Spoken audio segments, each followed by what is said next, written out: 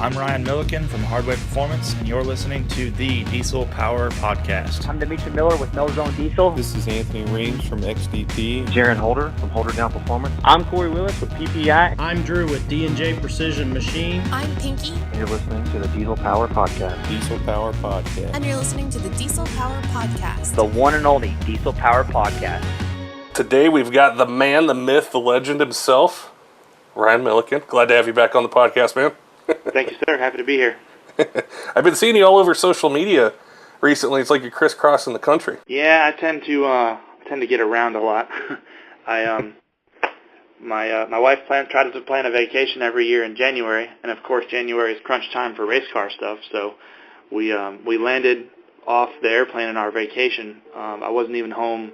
I think it was like 16 hours, and I hopped the plane for industrial right away, and then went straight from industrial over to Fleece, and just barely got home yesterday. Back to the grind. Yep. Now here we are again, banging buttons over here. Now with UCC coming up, that's one of the big dominating conversations I think leading up to it is just all the power and innovation and new power levels that are. I'm sure some trucks are going to hit there. 2-3 years ago, everyone would have called you a liar if you told them what we made last year, let alone what we plan on doing this year. I know you're involved in a lot of the different trucks and things like that. Is it? I gotta imagine it's probably one of the most challenging things to do is to, like you just said, push it even farther than it was last year. Yeah, and that's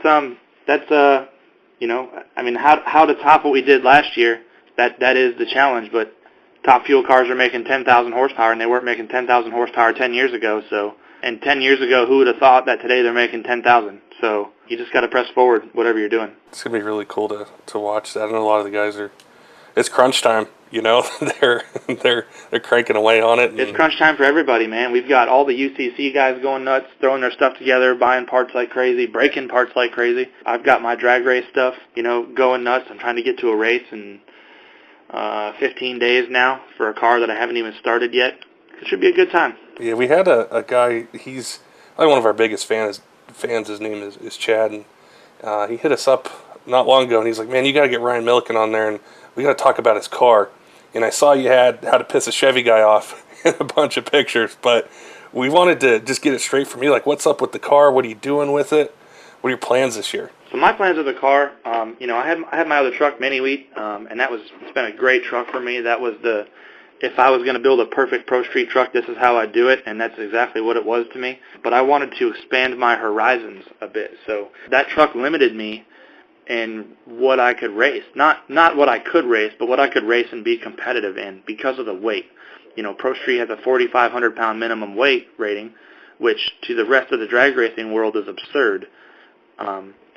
So basically my plan with the car, for lack of better terms, is I just wanted to go faster. And, going faster and buying that car opens me up to a whole slew of new classes that I can race in.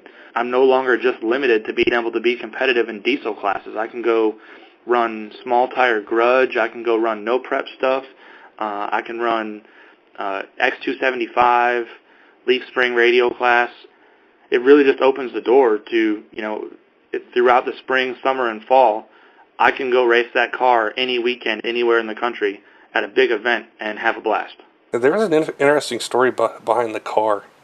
If you could share that, with our listeners, why you picked that car, what are the plans for it with the motor and the transmission, and how you're putting that together? So why I picked the car, I was never actually really a Nova fan until my dad was. When I was in the later years of growing up, he had the Camaro, and he was putting together a Chevy 2 for himself. And so the Camaro was for my stepmom, and he finished that, and he was going to put the Chevy 2 together, and that was supposed to be his big, nasty play toy. And, lots of long nights standing in the garage talking to him about it, I kind of got a little special place in my heart for it. Well, I grew up racing with him. I grew up racing because of him and all that stuff. So when he passed away in 2012, it was kind of a big chunk of me was gone. So I tried to get the Chevy 2 that he was putting together. He actually had 3 or 4 of them that were in absolute disrepair. Not a chance in hell that I was going to be capable of putting everything he had together as one car, because that was really kind of his art, was to, chop and hack and throw away the rusty stuff and put something together that you never thought would be repairable is what he did. So I kind of wrote that one off and decided I'd just find my own one day. So I did. I found my own. I got it from Ashley Black back in the back corner of a barn. We picked the car up, brought it home, did a whole bunch of work on it, sent it to the body shop. I had these plans to, almost exactly what I wanted to do to this car. And it all revolved, not all of it, but a major driving factor in what I was going to do with this car was this other green Nova. So I would reference pictures to it. I would see, okay, so let's see what this guy did. Okay, that's how he did it. I'm going to do that too. So I would say I had my other car, let's say 10% into the build process. I had it stripped. I had it primered. I had it, all seam sealed. I had a nice front end bolted on it. And I went to the PRI trade show. I wasn't there for 5 minutes. I walked around the corner and saw the green car with a for sale sign on it. And pretty much as soon as I laid eyes on it, I knew I was hosed, and I had to take that home. So the deal worked out. The guy would only sell the car with the motor. We struck a deal on it. He promised me he'd help me sell the motor. And actually one of the guys we talked to standing there at the booth where the car was at ended up with the motor, all said and done. The Nova that I was putting together kind of got thrown in on the deal as a trade. And a week and a half, maybe 2 weeks later after PRI, I loaded up and took my Nova to Oklahoma City and brought home my new Nova as a roller. And let's see, that was December 21st or 22nd. And it is February 1st now, so it's been about 5 or 6 weeks. And if all goes planned, we're going to start the car this weekend with the Cummins in it. Nice. I've completely rewired the car top to bottom. I'm going to be able to reuse a lot of the plumbing stuff that was already there, so I'm just trying to adapt, an inline 6 motor where a big block ProCharge motor was, and trying to make everything jive. Were you sticking with a 5.9 or 6.7 or kind of a... The motor that's it's in the car right now is a temporary motor. It's a Hamilton solid block that Fleece put together for me. Its displacement is actually 6.8 liters. So it's a solid dry block. Currently has a wet iron head on it. I've got a really badass 24-valve Waggler head. I just need to make the intake fit in the car. And I believe if all goes well and I can make this damn intake fit, I think the first start on the car is probably going to be with the Waggler head. And that's also, the Waggler head is also dry. So once I get rid of the iron head, we'll have no water in the motor whatsoever. We're also utilizing a dry sump setup because a wet sump type setup was not going to fit in the car. So a bunch of new stuff kind of out in left field on stuff that I'm not real familiar with, but between the vast network of shops and people that I deal with and people in the racing and performance industry, it's been really easy to figure out a lot of the stuff to this point so far. What's really cool is you mentioned earlier cutting weight and being able to use this car with a Cummins engine, which is that's what you do. That's what Hardway Performance does, and introduce it to a whole new class of people who love drag racing that might not have seen it or wouldn't have checked out, diesel trucks racing. That's kind of the purpose. Could I have gone faster initially by just leaving the big block in it and going racing? Sure, but that's not what I do. So, I want to stick with what I do and just go faster. So I basically just needed a better chassis to do so. So off the bat, we haven't weighed the car in total yet because it's not together yet to be able to weigh it. But we should be well under 1,000 pounds lighter than we were in Pro Street. And as of our trip on the chassis dyno this past week, power to the tires, we should be 200 to 400 horsepower up of what I was in the black truck. So 200 to 400 horsepower up, 1,000 pounds down, better weight bias, better aerodynamics. It's all adding up to something that should go really fast. That's what you like to do, right? That's exactly what we like to do. That is why I do what I do, so I can afford to go fast. I know you're the mad scientist there, and you guys have a lot of cool products and things you guys are, have done in the past, but this year everything's a little bit different. There's so much innovation that's happened. What are some things that you're looking at bringing out and offering to the Cummins fans out there, for parts or tuning and things like that? Stuff we're working on for Cummins, the inline six-cylinder, I'm really kind of in a waiting game to see what the hell 2018 brings on the new trucks, because I would say that we have the 17 and older platforms pretty well handled. Now, that being said, there is a new tuning platform coming out called EasyLink.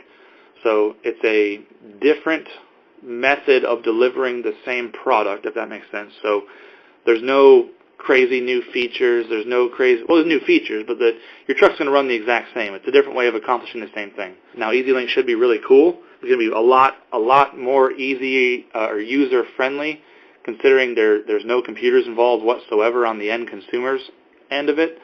It's just a plug into the truck, link it to your phone, link your truck to me or whoever your tuner is, and it's really pretty self-explanatory from there. So that's going to be a cool deal.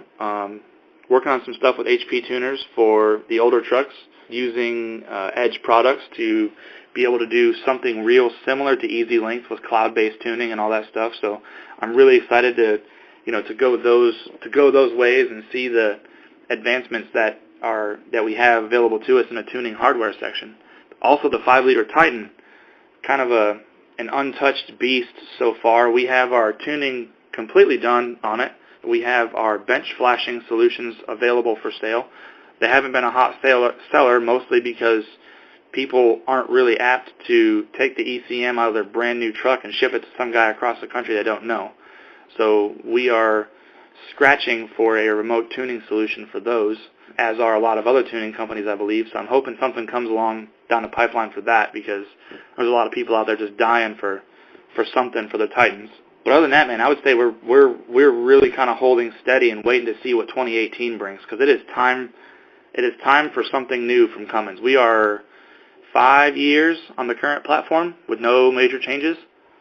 So I'm just waiting for something major to come down the pipeline that'll keep me busy for the next 2 years or so. I was actually chatting about that with somebody. Is like Ford and GM have changed a lot, since 11 or 12. Oh yeah, the new 674s are awesome. The L5P from Duramax is just knocking it out of the park, and we're sitting over here with the same old crap for 5 years. Like, hey, don't forget about us.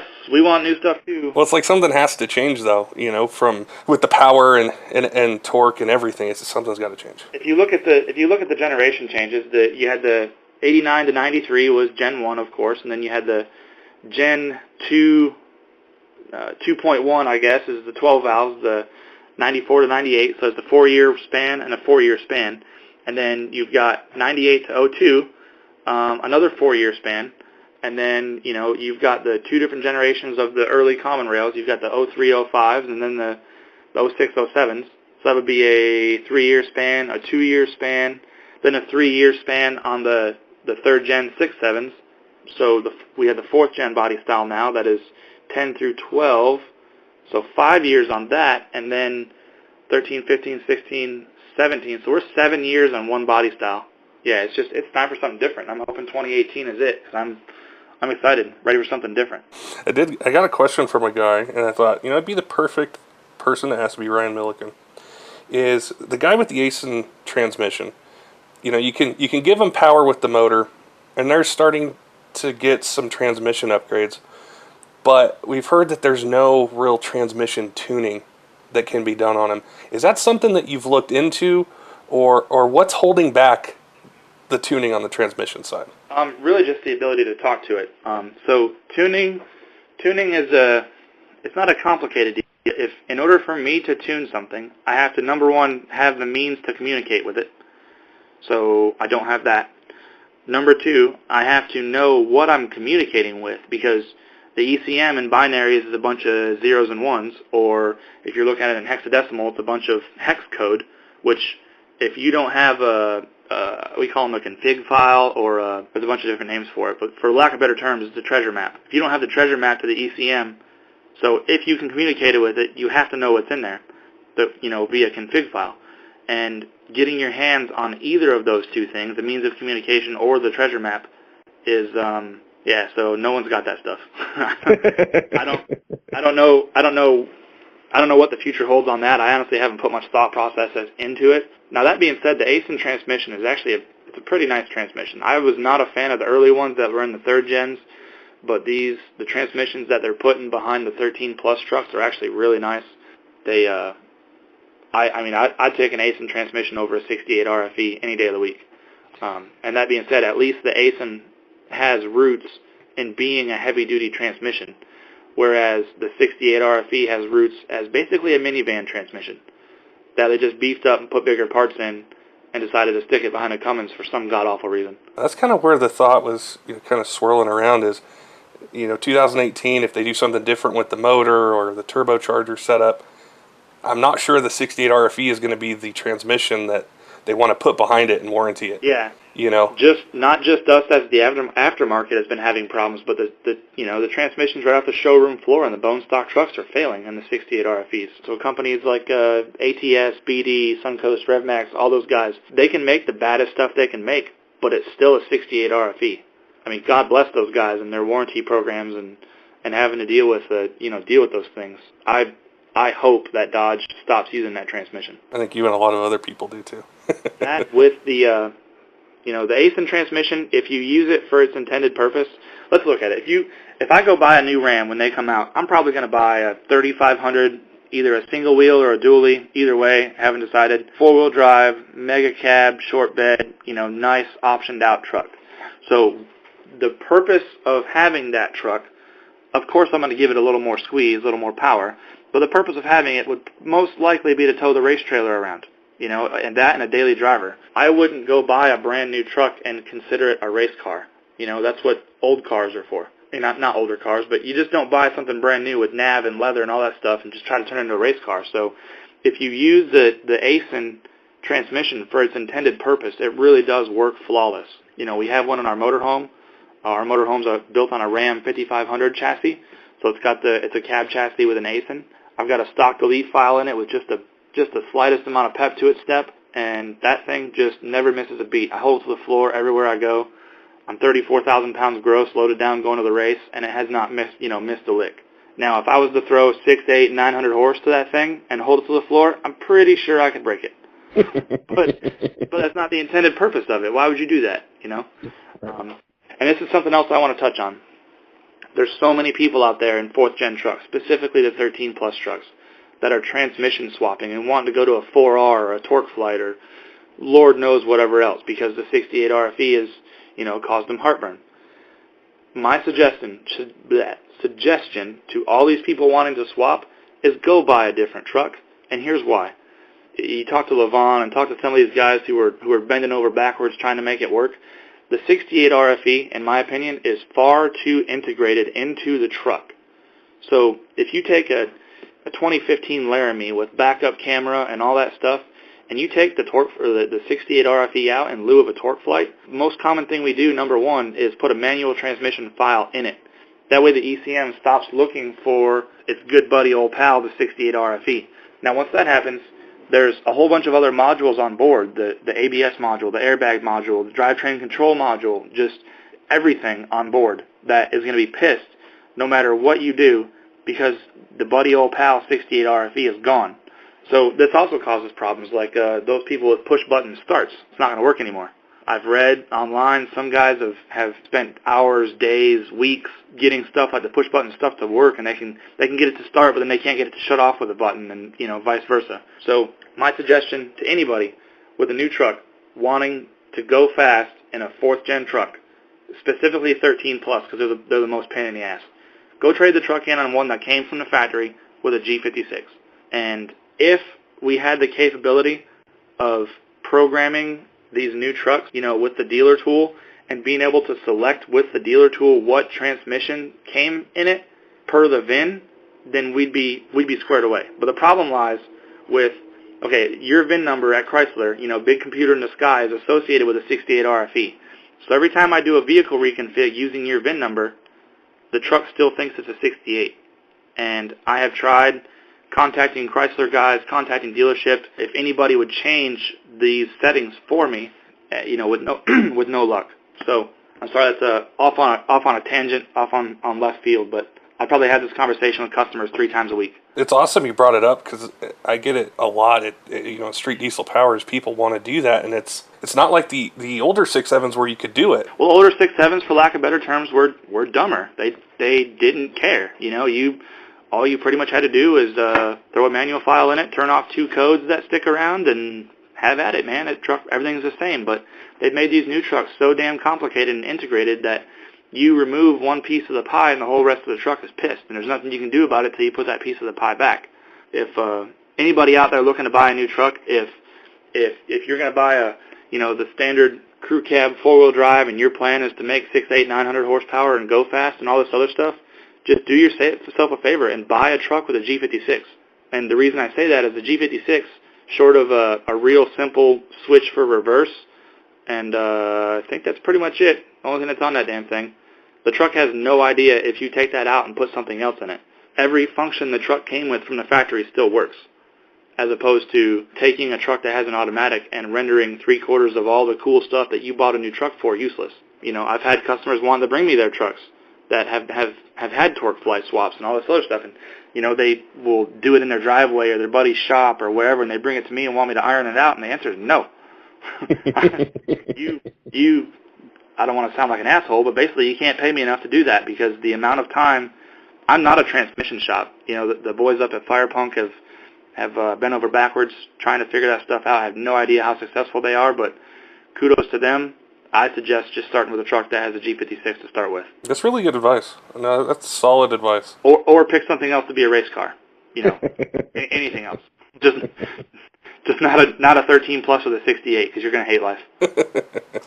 Awesome, man. We don't want to take you away too much from getting that car ready and stuff at Hardway Performance. So we appreciate you being on today, dropping some knowledge on us, offering some great advice, and we look forward to seeing that car run this year and what you're able to do with it, and also bring more people into the diesel drag racing performance scene. It's really the end goal, man. I mean, we go to these races. The race I'm trying to make it to, Lights Out 8, is in 15 days. It was reported that this race last year had 70,000 people come through the gates over a weekend. All those race cars that are there generally get there with diesel trucks. There's a whole lot of people that have no idea what we do. And, I'm not going out there in front of all these people expecting to dominate. But if I make the field, the next 275 or leaf spring class, whatever it is, because I'm sure they're going to have more than 32 entries per class because it's packed there. If I even make the field, I'll consider it a victory. If I make it one round in eliminations, I will be ecstatic. If I get anywhere near the end of the race, in eliminations, as far as I'm concerned, I don't care what happens. I've already won to me. I just hope to go out there with this new car and try to represent us as a diesel community as absolute best I can and try to not screw it up too bad. Awesome, man. Well, go kick some ass for all of us. Will do, buddy. Thanks for the opportunity to be on the show, and hopefully I'll do some more cool or stupid or whatever you want to call it stuff in the future that'll bring me back on here.